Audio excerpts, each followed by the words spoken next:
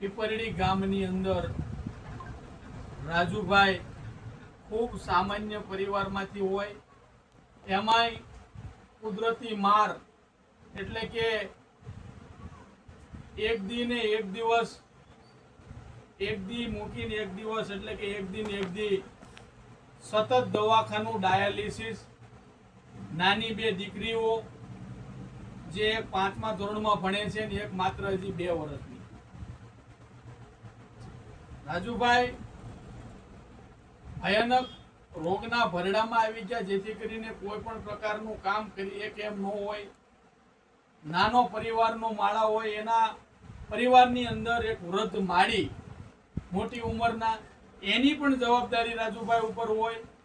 એમના ધર્મપત્ની એક દિવસ દાડીએ ન જાય તો આખા પરિવારનું હાંજે કઈ રીતે ગુજરાન, કઈ રીતે એને ભરણ પોષણ કરવું એની ચિંતામાં સતત રાજુભાઈ ચિંતા કર્યા કરે.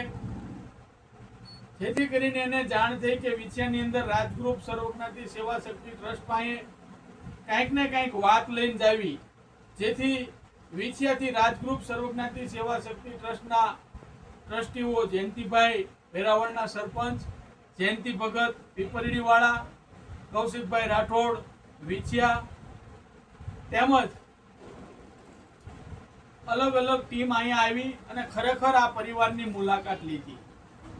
કુદરત કોઈ પણને આ પ્રકારે દર્દ ન આપે અને આજે અમારી ટીમ, અમારી સંસ્થાએ સંકલ્પ કર્યો કે જયંતિભાઈને સતત ચિંતા, ભાઈ રાજુભાઈને સતત ચિંતા છે કે આ મારી દીકરીનું કોણ, કદાચ હું કાલે મને કાંઈ થઈ જાય તો અમારી સંસ્થાએ જવાબદારી લીધી કે અમે એને મોટી થાય, લગ્નની જવાબદારી પણ અમે લઈશું અને દર મહિને અમે પણ કોઈ એવા કેપેબલ નથી, પણ અમે તમારું દુઃખ જોઈને તમારા દુઃખના કાંઈક ને કાંઈક ભાગીદાર બની અને તમને દર મહિને કાંઈક ને કાંઈક મદદરૂપ થશું, જેથી કરીને આ બંને દીકરીઓ મોટી થઈ જાય, આ બેનને બહુ તકલીફ ન પડે અને રાજુભાઈ તમને ચિંતા ઓછી થાય.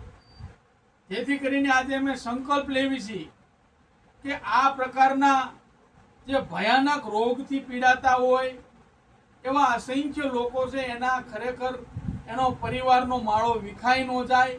એટલે ક્યાંક ને ક્યાંક પ્રકારે જે વ્યક્તિ પાસે કાંઈક ને કાંઈક દેવા માટે છે, એ ખૂબ સરસ મજાની વાત કરું.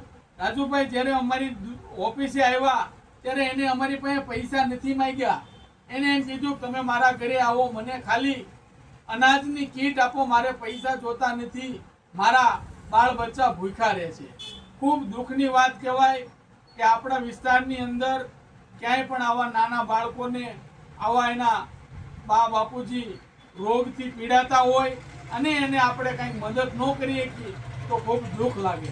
જેથી કરીને તમામ લોકોને હું પણ આહ્વાન કરું છું કે ક્યાંક ને ક્યાંક તમારા આજુબાજુની અંદર આ પ્રકારે પીડિત પરિવાર હોય તો આપણો પરિવાર સમજી, કોઈ જ્ઞાતિ જાતિ, કોઈ ધર્મ, કોઈ જાતનું સમજ્યા વિના આ લોકોની કાંઈક ને કાંઈક ફૂલ નહીં તો ફૂલની પાંખડી મદદ કરજો. આજે રાજગૃહ સર્વજ્ઞાતિ સેવા શક્તિ ટ્રસ્ટ દર મહિને કાંઈક ને કાંઈક આ પરિવારની મદદ કરશે. બીજું, જ્યારે પણ આ દીકરી યોગ્ય લગ્ન કરવાને સમય આવે ત્યારે અમે અમારી સંસ્થામાં એને વિના મૂલ્યે એક પણ પૈસો લીધા વગર લગ્ન પણ કરાવી આપશું, એવા અમારા વડીલ મુરબ્બી જયંતિભાઈ અને અમારા ટ્રસ્ટીઓએ નક્કી કર્યું છે. થોડી આ ચર્ચા વિચારણા લોકોને પણ અમે કહેવી છીએ કે આ પ્રકારના લોકોને બધા મદદ કરો, જેથી કરીને કોઈનો પરિવારનો માળો વિખાય નહીં. જયંતિભાઈ.